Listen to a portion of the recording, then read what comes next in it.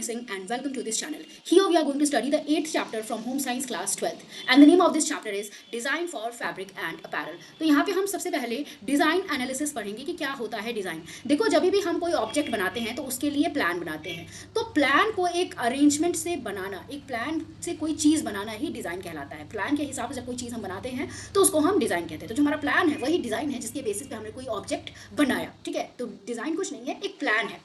It produce a result which gives aesthetic satisfaction. ये एक ऐसा रिजल्ट देता है जिससे हमें एस्थेटिक सेटिस्फैक्शन मिलती है। एस्थेटिक मतलब कि जो देखने में सुंदर हो। डिज़ाइन क्या होता है? डिज़ाइन अगर किसी चीज़ पे लगा देते हैं हम, यहाँ पे हम फैब्रिक और अपैरल की दृष्टि से अगर देखें तो डिज़ाइन क्यों करते हैं हम किसी भी फैब्रिक को, किसी भी अपैरल को, ताकि वो सुंदर लग पाए। तो उसको एस्थेटिक बनाने के लिए, उसका एक एस्थेटिक अपील देने के लिए हम डिजाइनिंग करते हैं। It is studied in two aspects. तो दो एस्पेक्ट में हम डिजाइन को पढ़ सकते हैं, स्ट्रक्चरल डिजाइन और अप्लाइड डिजाइन। तो स्ट्रक्चरल डिजाइन क्या होता है? देखो ये क्या होता है, इसमें हम किसी भी तरह का कोई अलग से ऑर्नामेंटेशन नहीं करते। ठीक है, जो फैब्रिक होता है जैसे वो बनाया गया, जो भी उसमें फाइबर लगा, जो भी उसमें निटिंग हुई, विविंग हुई, मतलब जैसे भी वो फैब्रिक बनाया गया, उसमें बनाते समय जो भी चीजें ऐड हुई, जैसे कॉलर ऐड हुआ, स्लीव्स ऐड हुई, पॉकेट्स ऐड हुए, ये सब क्या है? हमारा स्ट्रक्चरल डिजाइन है। ठीक है, यहाँ पे हम स्ट्रक्चर बनाते समय ही, स्ट्रक्चर को बनाने के लिए जो जो चीजें चाहिए वो हम यहाँ पे करते हैं, उसको हम स्ट्रक्चरल डिजाइन बोलते हैं। In dress it refers to the basic cut और सिलुएट ऑफ अ गारमेंट। तो गारमेंट बनाने के लिए जो बेसिक कट्स लगाए जाते हैं, जो सिलुएट्स लगाई जाती हैं, जो पॉकेट्स वगैरह लगाए जाते हैं, वो सब क्या है? स्ट्रक्चरल डिजाइन है। ठीक है, जो बेसिक पॉकेट है, अगर हम पॉकेट को बनाते समय वहां पे कोई डिजाइन वाला पॉकेट लगा रहे हैं तब वो अप्लाइड डिजाइन होगी। ठीक है, जो बेसिक चीजें चाहिए होती है किसी गारमेंट को बनाने के लिए, जो बेसिक उस पर चीजें होती हैं, उसको हम स्ट्रक्चरल डिजाइन बोलते हैं। ठीक है, इसमें कोई भी अलग से उसको हम सुंदर लगाने के लिए नहीं करते, हम बेसिक कोई चीज बना के रख देते हैं। जैसे बेसिक सी व्हाइट शर्ट लावा मार्केट से खरीद के, तो वो क्या है? वो स्ट्रक्चरल डिजाइन की शर्ट है, क्योंकि वहां पे ऊपर से आपने कुछ नहीं किया है उसको सुंदर लगाने के लिए। अब अप्लाई डिजाइन क्या होती है? ये भी डिजाइन का ही एक पार्ट होती है, लेकिन ये बेसिक स्ट्रक्चर के ऊपर से लगाई जाती है। ठीक है, it is the part of design which has been suppose superimpose on the basic structure. Basic structure के ऊपर से जो डिजाइन लगाई जाती है उसको अप्लाई डिजाइन कहते हैं। नाम से ही समझ में आ रहा है, अप्लाइड, जिसको बेसिक के ऊपर अप्लाई किया गया है। On fabric finishing, finishes, dyeing and printing, embroidery and fancy needle work can change the appearance. अब जो ये अप्लाइड डिजाइन होती है ना, ये बेसिक जो फैब्रिक है उसकी अपीयरेंस को चेंज कर देती है। जैसे हम डाइंग कर दे, प्रिंटिंग, व्हाइट शर्ट हमने ली, हम उस पर डाइंग कर दे, प्रिंटिंग कर दे, कोई एम्ब्रॉयडरी कर दें, कोई निडल वर्क कर दें, जिससे उसका अपीयरेंस एकदम चेंज हो जाए, तो इसको हम अप्लाइड डिजाइन कहेंगे। On garment it include streams and notions which add to the value of the final product. तो जब हम अप्लाइड डिजाइन करते हैं तो इससे फाइनल जो प्रोडक्ट होता है उसकी वैल्यू बढ़ जाती है। ठीक है, नॉर्मल व्हाइट शर्ट आपकी उतनी महंगी नहीं मिलेगी, आपको सस्ती मिल सकती है, लेकिन अगर आप उस पर फैंसी निडल वर्क कर दो, उस पर एम्ब्रॉयडरी कर दो, उसकी अपीयरेंस को थोड़ा और सुंदर कर दो, अलग से कुछ लगा के, तब उसकी वैल्यू क्या होगी? बढ़ जाएगी। ठीक है, तो अप्लाइड डिजाइन और बेसिक डिजाइन आप समझे। बेसिक डिजाइन यानी कि स्ट्रक्चरल डिजाइन। अब design consist of two main factors. तो एक डिजाइन होता है ना, वो उसके दो तत्व होते हैं, दो फैक्टर्स होते हैं। कौन कौन से फैक्टर्स होते हैं? एक तो होता है एलिमेंट्स, एक तो होता है प्रिंसिपल। अब एलिमेंट्स ऑफ डिजाइन हम पढ़ेंगे, उसके बाद प्रिंसिपल ऑफ डिजाइन पढ़ेंगे। देखो ये पूरा चैप्टर ना इसी पे है, एलिमेंट्स ऑफ डिजाइन पे और प्रिंसिपल्स ऑफ डिजाइन पे। यही आपसे पूछा जाता है और यही आपको पढ़ना है। एलिमेंट्स ऑफ डिजाइन कौन कौन से हैं? एलिमेंट्स ऑफ डिजाइन होते क्या है? Elements of design are the tools of the art. जिनके सहारे आप आर्ट करते हो, जिनके सहारे आप डिजाइन बनाते हो, उनको हम एलिमेंट्स कहते हैं। जैसे आपने सुना है ना, हमारा शरीर 5 एलिमेंट से बना है, 5 तत्वों से बना है, तो इनके बिना कोई आर्ट बन ही नहीं सकती, उसको हम एलिमेंट्स कहते हैं। जैसे colour, texture, line, shape, form, ये सब क्या है? एलिमेंट्स ऑफ डिजाइन है, क्योंकि इन्हीं से कोई डिजाइन बनता है। बिना कलर के आप क्या डिजाइन बनाओगे? बिना लाइन के, बिना टेक्सचर के, बिना शेप के कौन सी डिजाइन बनाओगे? तो ये टूल्स होते हैं डिजाइन के, याद रखना। एलिमेंट्स क्या है? टूल्स है डिजाइन के। लेकिन जो प्रिंसिपल्स हैं वो सिद्धांत है। इन टूल्स को यूज कैसे करना है ये हमको प्रिंसिपल्स बताएंगे, कि इन टूल्स को कैसे, किस नियम के हिसाब से यूज करना है। ठीक है, तो पहले हम एलिमेंट्स ऑफ डिजाइन पढ़ेंगे, टूल्स ऑफ डिजाइन पढ़ेंगे। तो सबसे पहला है कलर। कलर क्या होता है? देखो कोई भी कपड़ा दूर से आप जब देखते हो तो आप उसका सिर्फ कलर ही देखते हो। कोई कपड़ा, कोई प्रोडक्ट आप किससे पहचानते हो? कलर से ही पहचानते हो।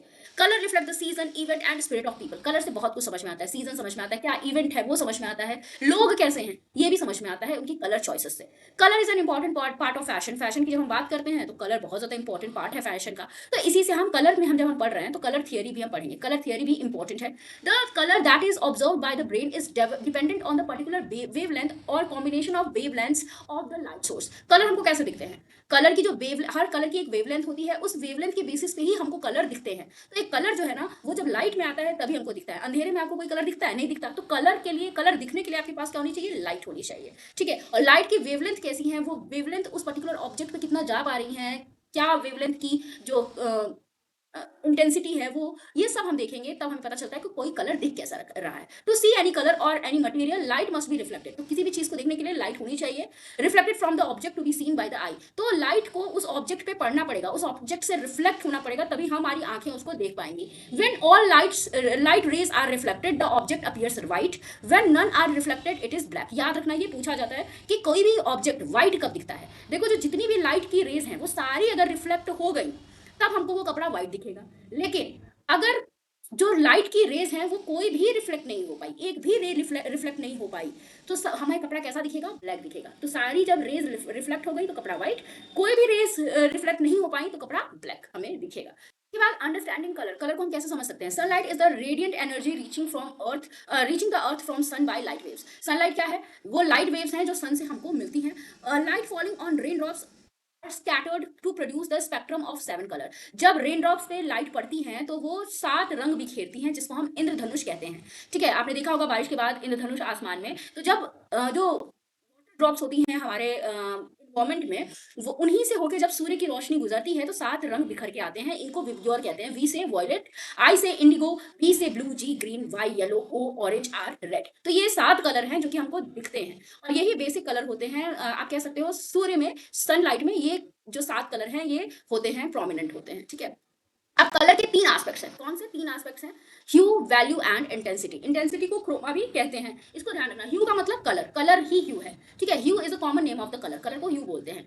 और spectrum specify the 7 colour as VIBGYOR, तो विब्ग्योर आपने पढ़ाई है तो 7 रंग बेसिकली होते हैं। To understand colour from a design point of view, reference is made to the Munsell colour wheel, this divide colours as. तो यहाँ पे आप कलर को समझने के लिए मुंसिल की कलर व्हील को समझ सकते हो, जिन्होंने कलर को कितने तरह से डिवाइड किया है। पहला तो प्राइमरी कलर। प्राइमरी कलर कौन कौन से होते हैं? 3 कलर होते हैं, जिनको बिना किसी मिक्सचर के बनाया जाता है। इनमें किसी भी कलर को मिक्स करके इनको नहीं बनाया जाता। ये बेसिक कलर होते हैं जो होने ही चाहिए। रेड, येलो और ब्लू, इनको किसी भी कलर को मिक्स करके नहीं बनाया जा सकता। ठीक है, लिखा है this can't be produced by mixing the other colours. Other colour को मिला के इनको नहीं बनाया जा सकता। सेकेंडरी कलर क्या है? जब प्राइमरी कलर को हम मिलाते हैं तो क्या बनता है? Secondary colour. सेकेंडरी कलर कौन कौन से हैं? ऑरेंज, ग्रीन और वॉयलेट। ऑरेंज कब बनेगा? जब रेड येलो को मिलाओगे तो ऑरेंज बनेगा। ग्रीन कब बनेगा? जब येलो और ब्लू को मिलाओगे तो ग्रीन बनेगा। वॉयलेट कब बनेगा? जब ब्लू और रेड को मिला दोगे तो वॉयलेट बन जाएगा। टर्शरी कलर क्या होते हैं? इनको हम इंटरमीडिएट कलर भी बोलते हैं। ये कैसे बनते हैं? एक प्राइमरी और एक सेकेंडरी कलर को मिला के हम क्या बनाते हैं? टर्शरी कलर बनाते हैं, तृतीयक रंग बनाते हैं। ठीक है, जैसे रेड और ऑरेंज। रेड देखो प्राइमरी कलर है, ऑरेंज क्या है? सेकेंडरी कलर है। येलो और ऑरेंज को मिला दिया। ठीक है, येलो क्या था हमारा? ये हमारा प्राइमरी कलर था। ऑरेंज क्या है? सेकेंडरी कलर है। Yellow green, yellow primary colour है, ऑरेंज सेकेंडरी कलर है। ब्लू ग्रीन, तो इस तरह से एक प्राइमरी और एक सेकेंडरी कलर को मिला के हमारा टर्शरी कलर बनता है या इंटरमीडिएट कलर बनता है। ठीक है, apart from these there are the groups known as neutral colour such as white, black, grey, silver और मेटालिक्स। तो इन कलर के अलावा न्यूट्रल कलर्स भी होते हैं जिनको अक्रोमैटिक्स बोलते हैं। न्यूट्रल कलर कौन है? जिनमें कोई कलर नहीं होता। White, black, grey, silver, metallic, इनको अक्रोमैटिक्स बोलते हैं। क्रोमैटिक्स मतलब कलर्स विदाउट कलर, ऐसे कलर जिनका कोई कलर ही नहीं है। तो ये कलर व्हील जो है मुंसिल ने बताया था, आप इसको देख लो। आप देखोगे तो यहाँ पे आपको जो सर्कल में दिख रहे हैं ये हमारे प्राइमरी कलर हैं। ये हो गया, येलो हो गया और ब्लू हो गया, ये क्या है? प्राइमरी कलर है। 2 प्राइमरी को मिला के फिर एक सेकेंडरी बना, तो जितना स्क्वायर शेप में आपको दिख रहा है ये सारा कौन है? सेकेंडरी कलर है। ठीक है, उसके बाद एक प्राइमरी और एक सेकेंडरी को मिला के क्या बना हमारा? टर्शरी। ये येलो को और ग्रीन को मिला के यहाँ पे क्या बना है? लाइट ग्रीन कलर बना है, तो ये टर्शरी है। तो येलो यहाँ पे प्राइमरी था, ग्रीन यहाँ पे सेकेंडरी था, इन दोनों को मिलाया गया तो टर्शरी बना। देख लो, प्राइमरी और सेकेंडरी को जब मिलाया जा रहा है तो क्या बन रहा है? टर्शरी बन रहा है। ठीक है, तो इसको ध्यान रखना कि टर्शरी कलर कैसे बनता है। बहुत बच्चे क्या देते हैं कि बच्चों को ये लगता है कि सेकेंडरी और सेकेंडरी कलर को मिला के टर्शरी बनता है। ऐसा नहीं है, एक प्राइमरी और एक सेकेंडरी होना चाहिए। याद रखना इस चीज को। पढ़ेंगे वैल्यू के बारे में। देखो, ह्यू पढ़ लिया हमने, कलर के 3 एस्पेक्ट्स थे, ह्यू, वैल्यू और क्रोमा। तो ह्यू पढ़ लिया, वैल्यू पढ़ेंगे। वैल्यू क्या होता है? वैल्यू बताता है कि कलर कितना लाइट है और कितना डार्क है। तो कलर का डार्कनेस और लाइटनेस किससे पता चलता है? वैल्यू से पता चलता है। इसको हम टिंट और शेड बोल सकते हैं। टिंट मतलब कितना लाइट है कलर, शेड मतलब कितना डार्क है कलर। तो व्हाइट क्या होता है? जब हम स्केल की बात करते हैं ना, जो कलर स्केल होता है, ग्रे स्केल होता है, उस पर व्हाइट की जो वैल्यू होती है वो मैक्सिमम वैल्यू व्हाइट को दी गई है और ब्लैक को सबसे कम वैल्यू दी गई है। तो grey scale and value chart are 11 0 to 10 grades scale for judging value. तो वैल्यू को जज करने के लिए, कलर की वैल्यू को जज करने के लिए ग्रे स्केल है या जिसको वैल्यू चार्ट कहते हैं वो है। उस पर 0 से लेके 10 तक टोटल 11 ग्रेड्स है। 11 ग्रेड्स कौन सी है? क्योंकि 0 भी एक ग्रेड है। ठीक है, तो टोटल 11 ग्रेड है। 0 ब्लैक को शो करता है और 10 किसको शो करता है? व्हाइट को। जबकि 5 किसको शो करता है? ये मिड वैल्यू है। और किसको? ग्रे यानी कि जो ह्यू है, जो एकदम प्योर कलर है, उसको 5 से शो किया जाता है। ठीक है, इसको ग्रे भी बोला जाता है यहाँ पे कलर स्केल पे। इसको अभी हम देखेंगे वैल्यू स्केल को। या ग्रे स्केल को, तो ये देखो ये है हमारी ग्रे स्केल। ठीक है, ग्रे स्केल क्यों कहा जाता है, क्योंकि यहाँ पे ग्रे का मतलब से है। ठीक है, तो यहाँ पे जो 5 कलर है ना, जो ये 5 वो है मतलब 5 नंबर, यहाँ पे जो हमारा कलर होता है वो अपने नेचुरल फॉर्म में होता है, नेचुरल कलर होता है। इसके बाद जैसे जैसे हम कम पे जाते जाते हैं 4 3 2 1, कलर क्या होने लगता है, डार्क होने लगता है। और जैसे जैसे हम आगे बढ़ते जाते हैं 6 7 8 9, कलर क्या होने लगता है, लाइट होने लगता है। ठीक है, तो यहाँ पे देखो कलर व्हील में भी दिखाया गया है, ये मैंने आपकी एनसीईआरटी की बुक से लिया है। यहाँ देखो 0 to 5 वाला ये है, ये तुम्हारा वैल्यूज दिखाई गई हैं। 0 देखो बीच में है, फिर जैसे जैसे 1 है, ये 2 है, ये 3 है, ये 4 है, सॉरी ये 0 है, ये 1 है, ये 2 है, ये 3 है, ये 4 है, ये 5 है। तो आप देख लो नंबर 5 पे कौन सा है, हमारा नेचुरल कलर है। लेकिन जैसे जैसे हम 4 पे गए, 3 पे गए, 2 पे गए, कलर डार्क होता गया। तो 0 सबसे डार्क है, डार्केस्ट है। और धीरे धीरे जैसे जैसे हम आगे बढ़ते जाते हैं 0 से, हमारा कलर लाइट होने लगता है। ठीक है, अब यहाँ पे टेंस को देखो, शेप में देख रहे हैं आप, टेंस को देखो, टेंस कैसे है, 10 to 5 है, बीच में यहाँ पे 10 है लाइटर, फिर 9 है, फिर 8 7 6 5। समझ में आया, स्केल पे टोटल कितनी वैल्यूज हैं, 11 वैल्यूज हैं। 0 एकदम डार्क है, ब्लैक है, और 10 देखो आपको दिख भी नहीं रहा है, यहाँ है जो कि एकदम व्हाइट है। ठीक है, तो इसको ध्यान रखना आप। इसके बाद कलर्स बताए गए कि फैब्रिक में कैसे कलर को हम ऐड करते हैं। ठीक है, कैसे फैब्रिक में कलर आता है। तो देखो डाइंग ना डिफरेंट स्टेजेस पे हो सकती है। हम फाइबर स्टेज पे भी डाइंग कर सकते हैं, यार्न स्टेज पे भी डाइंग कर सकते हैं, और फैब्रिक स्टेज की डाइंग तो सबको पता है। देखो dyeing is rare, very rarely done at fibre stage. Fibre stage पे डाइंग बहुत कम होती है, क्यों, क्योंकि ये बहुत ज्यादा एक्सपेंसिव प्रोसेस हो जाता है, जिस वजह से हम फाइबर स्टेज पे डाइंग करते ही नहीं है, बहुत कम करते हैं। However it is resorted for some manufactured fibres which are not easily dyed, और if the design requirement is for a yarn with multi coloured fibre. तो देखो ऐसा धागा हमको चाहिए जिसमें कई रंग हो, तब ऐसा धागा बनाने के लिए हमको फाइबर्स को क्या करना पड़ेगा, कलर करना पड़ेगा। ठीक है, नहीं तो जनरली हम फाइबर्स को कलर नहीं करते, बहुत सारे रीजन है, इनको कलर करना आसान भी नहीं है, दूसरा ये बहुत ज्यादा एक्सपेंसिव हो जाता है। फिर डाइंग यार्न स्टेज पे भी होती है, जब हमको बहुत ज्यादा ऐसा फैब्रिक दिखाना है जिसमें कई सारे कलर हों। जैसे चेक वाली शर्ट आपने देखी होगी जिसमें स्ट्रिप्ड होती है, चेक्ड होती है शर्ट होते हैं, उसमें क्या होता है, उसमें यार्न को रंगा जाता है, डिफरेंट कलर के यार्न्स होते हैं, एक यार्न को डिफरेंट तरीके से डिफरेंट कलर में रंगा जाता है, फिर उन यार्न का यूज करके फैब्रिक बनाया जाता है। तो यार्न स्टेज पे डाइंग होती है जब हमको मल्टी कलर का फैब्रिक बनाना है। Dyeing at fabric stage most common method है, जब फैब्रिक स्टेज पे हम डाइंग करते हैं। यहाँ पे फैब्रिक को डाई करना बहुत ही सिंपल होता है। यहाँ पे आप सिंगल कलर का फैब्रिक भी बना सकते हो, बहुत सारे कलर का भी यूज कर सकते हो। टाई और डाई मेथड आपको पता है, बाटिक प्रिंट आपको पता है, ये फैब्रिक स्टेज पे ही किया जाता है। ठीक है, colour can be added at the fabric stage by printing, painting, embroidery and patch work. तो कई तरह से फैब्रिक स्टेज पे हम कलर ऐड कर सकते हैं फैब्रिक में, पेंटिंग के थ्रू, प्रिंटिंग के थ्रू, एम्ब्रॉयडरी करके, पैच वर्क करके। तो कलर स्कीम के बारे में अब हम पढ़ेंगे, ये ज्यादा इंपॉर्टेंट है, इसको ध्यान रखना। कलर स्कीम या कलर हार्मोनीज कौन कौन सी हैं, तो दो तरह में इनको हम डिवाइड कर सकते हैं। दो तरह की कलर स्कीम होती है, पहला तो रिलेटेड कलर स्कीम, दूसरा contrasting colour scheme. Related colour scheme मतलब इसमें एक ही कलर को यूज किया जाता है, एक जैसे कलर को यूज किया जाता है। कंट्रास्टिंग मतलब जो कलर व्हील पे एक दूसरे के अपोजिट है, 90 डिग्री पे हैं, एक दूसरे के अपोजिट हैं, उनको यूज किया जाता है कंट्रास्टिंग कलर स्कीम में। तो सबसे पहले रिलेटेड कलर स्कीम्स को हम पढ़ेंगे। रिलेटेड में सबसे पहला है मोनोक्रोमैटिक हार्मनी। यहाँ पे एक कलर, मोनो मतलब एक, क्रोमा मतलब कलर, तो मोनोक्रोमैटिक हार्मनी मतलब एक कलर का यूज करके, एक सिंगल ह्यू का यूज करके हम क्या करते हैं, कलर बनाते हैं। यहाँ पे हम इस सिंगल ह्यू की वैल्यू को कम ज्यादा कर सकते हैं। मतलब मान लो हमने रेड कलर लिया, हमको पूरा जो फैब्रिक है, जो पूरा ड्रेस है, हमको रेड कलर की बनानी है, हमको पूरा हार्मनी रेड कलर की क्रिएट करनी है। तो हमने क्या किया, अगर मान लो हम लेडीज सूट बना रहे हैं, तो ऊपर की समीज हमने डार्क रेड कर दी, लेकिन जो हमारा नीचे का बॉटम है वो हमने लाइट रेड कर दिया। तो रेड की ही वैल्यू को बढ़ा घटा के हम क्या करते हैं, यूज करते हैं। मतलब एक सिंगल कलर यूज होता है, उसकी वैल्यू कम ज्यादा की जा सकती है, और फिर उसको उसी से डिजाइन बनाया जाता है। अक्रोमैटिक हार्मनी क्या है, इसमें न्यूट्रल कलर्स को यूज किया जाता है। जैसे ब्लैक एंड व्हाइट का कॉम्बिनेशन, अगर कोई ड्रेस है जिसमें सिर्फ ब्लैक और व्हाइट है, तो इसको हम अक्रोमैटिक हार्मनी बोलेंगे। अक्रोमा का मतलब क्या है, कि कोई कलर ही नहीं है। असेंडेड न्यूट्रल, ये क्या है, it utilizes one hue and one neutral. तो इसमें एक रंग होगा और एक न्यूट्रल होगा, जैसे ब्लैक एंड रेड। ठीक है, व्हाइट और रेड का कॉम्बिनेशन, रेड का कॉम्बिनेशन, तो इसको हम असेंटेड न्यूट्रल कहेंगे, क्योंकि यहाँ पे एक न्यूट्रल है और एक ह्यू है, एक न्यूट्रल रंग है और एक ह्यू है। ठीक है, तो यहाँ पे हम इसको देखेंगे, मतलब इस तरह से ये बनाए जाते हैं। फिर है एनालॉगस हार्मनी। एनालॉगस हार्मनी क्या होता है, इसमें जो कलर व्हील है ना, उसके आसपास के कलर को ही यूज किया जाता है। मतलब कलर व्हील में हमने एक कलर लिया, उसी के आसपास के कलर्स को हम यहाँ पे यूज करेंगे। आप कलर व्हील से इसको समझो, जैसे मान लो ये हमारा कलर व्हील है, हमने यहाँ पे रेड कलर ले लिया, ठीक है, और हमको एनालॉगस हार्मनी क्रिएट करनी है। तो हमने रेड लिया, रेड के बगल में ये एक कलर है पिंक जैसा, और फिर उसके बगल में ये भी एक कलर है, तो ये तीनों कलर हम क्या करेंगे, ले लेंगे, और इन तीनों का यूज करके हम एनालॉगस हार्मनी करेंगे। तो एनालॉगस हार्मनी में एक कलर लिया जाता है और साथ ही साथ उसके पास वाले कलर ले लिए जाते हैं। तो इस तरह से एनालॉगस हार्मनी क्रिएट होती है। ठीक है, यहाँ पे देखो लिखा है, it refers to a colour combination using 2 और 3 hues that lie side by side on the colour wheel. Colour wheel के एक कलर के आसपास के कलर को लिया जाता है। यूज ऑफ 4 और more hue can create a jumble unless each one is in very small quantity. देखो 4 से ज्यादा कलर हम यूज नहीं कर सकते,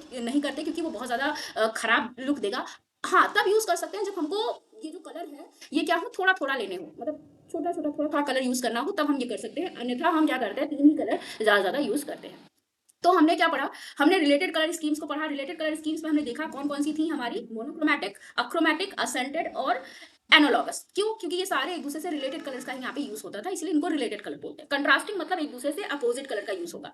तो कंट्रास्टिंग में सबसे पहला है कॉम्प्लीमेंट्री हार्मनी। ये क्या है, it refers to harmony using 2 hues that lie directly opposite to one another on the colour wheel. अब देखो यहाँ पे मान लो मैंने ये येलो कलर लिया, उसके बाद इसका जस्ट अपोजिट ये वाला कलर है, वॉयलेट कलर, ये मैंने लिया, तो इसको हम कॉम्प्लीमेंट्री हार्मनी बोलेंगे, जहां पे हम एक दूसरे के अपोजिट कलर्स को लेते हैं। उसके बाद डबल कॉम्प्लीमेंट्री क्या है, डबल कॉम्प्लीमेंट्री मतलब कि एक तरफ से हमने 2 पेयर्स लिए, फिर दूसरी तरफ से भी 2 पेयर्स ले लिए, मतलब कॉम्प्लीमेंट्स तो रहेंगे। डबल में मतलब कॉम्प्लीमेंट हमने लिया, एक दूसरे के अपोजिट तो कलर लिए, इसके अलावा इसके बगल वाले कलर्स भी हम ले लेंगे। जैसे कलर व्हील पे देखो, यहाँ पे देखो, मान लो मैंने ये कलर लिया, एक मिनट इसको इरेज करती हूँ मैं।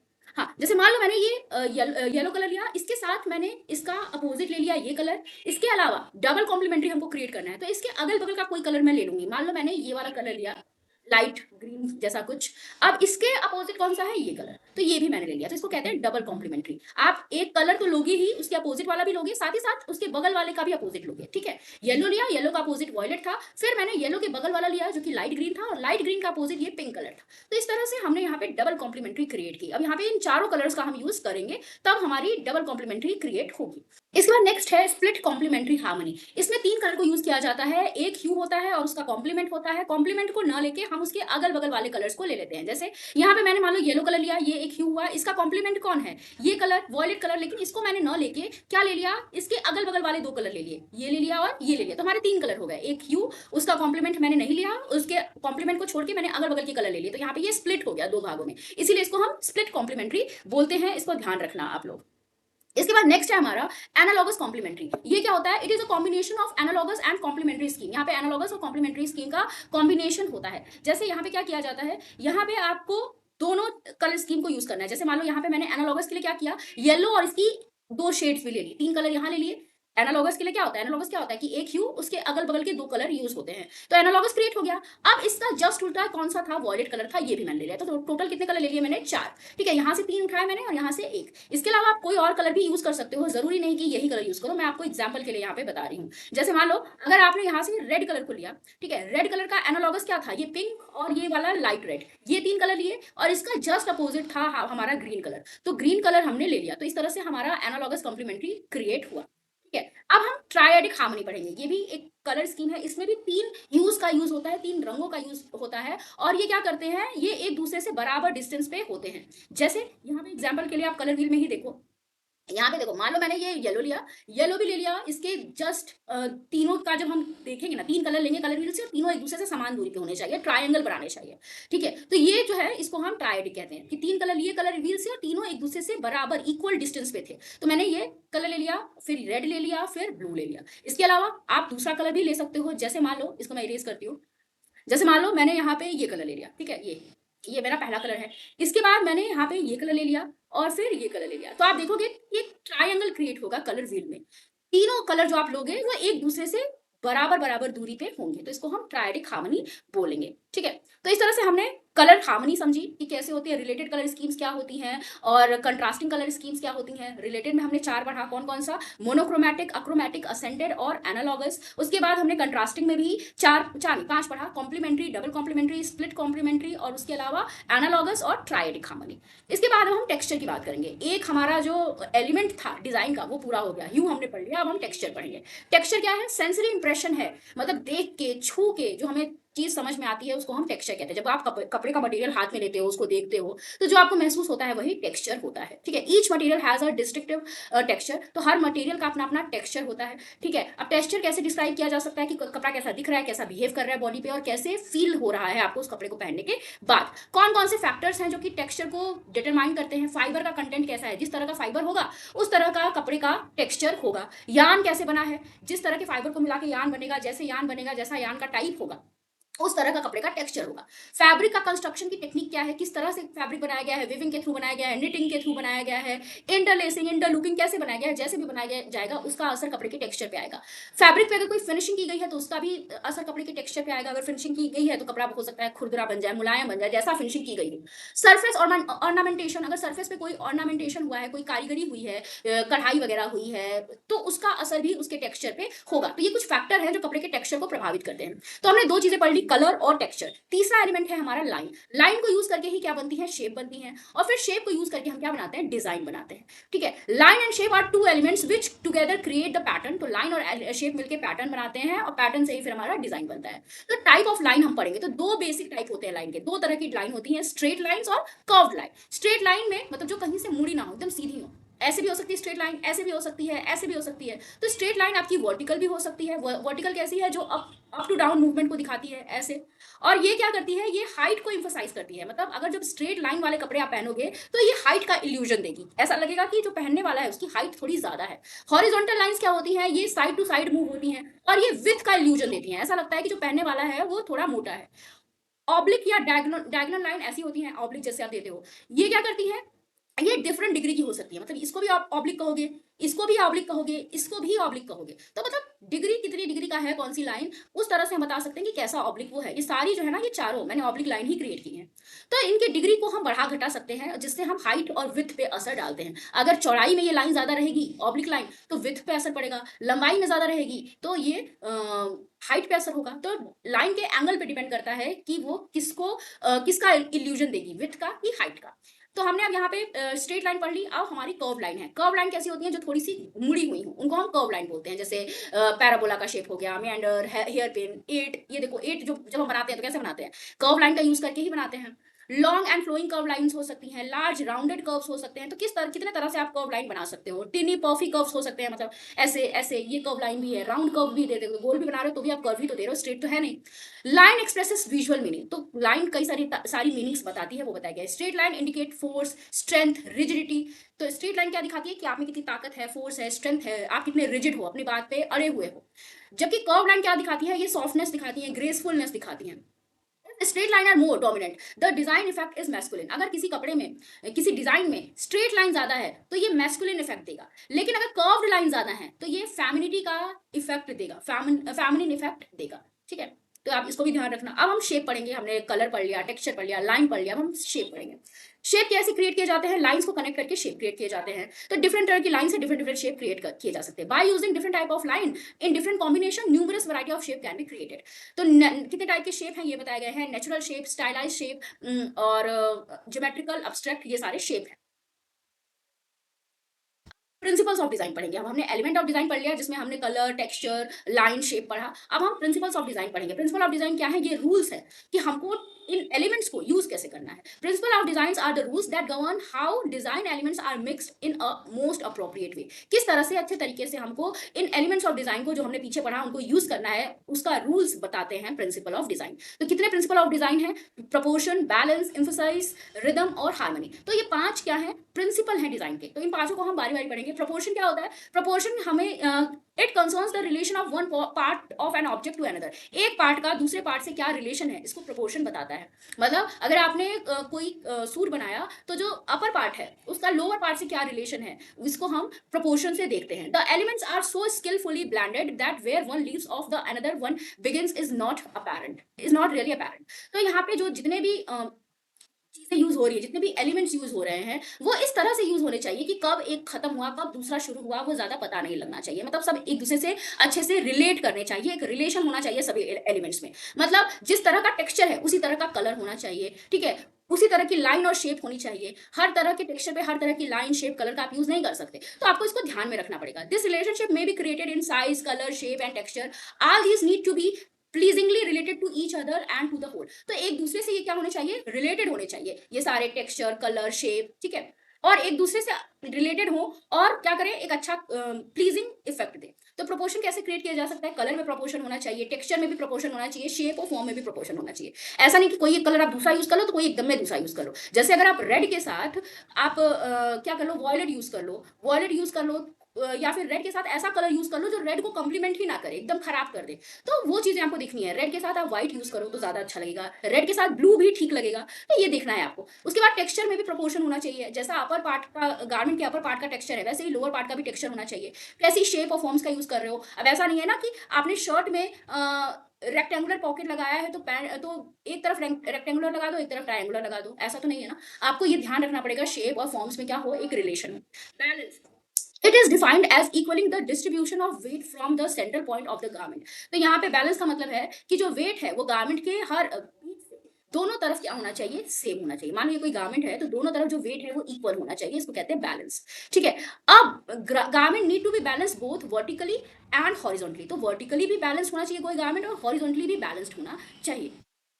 Emphasize, it creates centers of interest by focusing the viewer attention on a specific area of garment। यहाँ पे हम क्या करते हैं, एक कोई मान लो हम चाहते हैं कि हमारे गारमेंट का कोई एरिया ज्यादा दिखे, तो उस फोकल एरिया को हमको ध्यान में रखना है, उस पर हमको ज्यादा फोकस कराना है, तो उसको हम इम्फोसाइज करेंगे। किसी भी एरिया पे, किसी भी जगह पे हम चाहते हैं कि व्यूअर का फोकस जाए, तो उस वहां पे हम इम्फोसाइज का यूज करेंगे। अ ब्यूटीफुल एम्ब्रॉयडर्ड योक और a contrasting colour blouse further emphasises the face. हम चाहते हैं कि हमारा कोई फेस दिखे, तो इसके लिए हम क्या कर सकते हैं, बहुत एम्ब्रॉयडरी वाला ब्लाउज पहन सकते हैं साड़ी के ऊपर। इसके अलावा जो हमारे गले पे आप देखते हो, सूट वगैरह पे, कुर्तीज वगैरह पे क्या होता है, गले पे योक पे डिजाइन होता है, जिससे लोगों की नजर कहाँ जाए, आपके चेहरे पे जाए। तो आपको जिस एरिया को इम्फोसाइज करना होता है वहां पे आप अलग से क्या करते हो, डिजाइन करते हो। तो इम्फोसाइज का आपको ध्यान रखना है। इम्फोसाइज कैसे क्रिएट किया जा सकता है, कलर को कंट्रास्ट कर दो, अनयूजुअल शेप्स का, लाइंस का यूज करो, जिसकी वजह से ध्यान जाए, वो अलग दिखेगा तो ध्यान जाएगा वहां पे। फिर है rhythm। Rhythm is repeating of lines, colors, other elements of design or detail to create a pattern by which the eye can flow through the material or the article garment।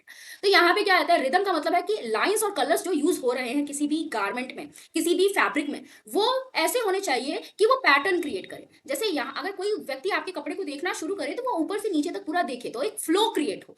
तो लाइंस, कलर, शेप ऐसे use होने चाहिए कि एक flow create हो, ठीक है। जैसे आपने देखा होगा लहरिया प्रिंट की कुर्तीज होती हैं, तो वो किस तरह से वो इस तरह से उस पे कुर्ती पे पूरा प्रिंट होता है, तो नजर देखने वाले की कैसे जाएगी, जिस तरह से प्रिंट है इस तरह से डायगोनली नजर जाएगी। तो एक फ्लो क्रिएट करना, इसको कहते हैं रिदम। तो आप ये लाइंस के थ्रू भी क्रिएट कर सकते हो, कलर्स के थ्रू भी क्रिएट कर सकते हो, डिजाइन के थ्रू भी क्रिएट कर सकते हो, ठीक है।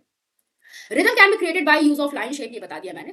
हार्मनी, हार्मनी क्या है, हार्मनी का मतलब है यूनिटी। आपने जो भी एलिमेंट्स यूज किए हैं उन सब में क्या होनी चाहिए, हार्मनी होनी चाहिए। एक दूसरे से अलग होते हुए भी वो हार्मोनियस इफेक्ट देने चाहिए। मतलब ऐसा ना लगे कि कुछ अलग यूज किया है, ऐसा ना लगे कि जो भी मान लो एम्ब्रॉयडरी की गई है किसी कपड़े पे, वो एम्ब्रॉयडरी उस कपड़े के बाकी चीजों से मैच ही नहीं कर रही है। तो एम्ब्रॉयडरी मैच करनी चाहिए, कुछ अलग से नहीं करना है। एम्ब्रॉयडरी करनी है, अलग से दिखाना है, अलग दिखाएगा नहीं तो एम्फोसाइज नहीं क्रिएट होगा, लेकिन इतना भी अलग ना दिखाए कि हार्मनी ही ना हो। तो हार्मनी होनी चाहिए, अलग होते हुए भी हार्मनी होनी चाहिए।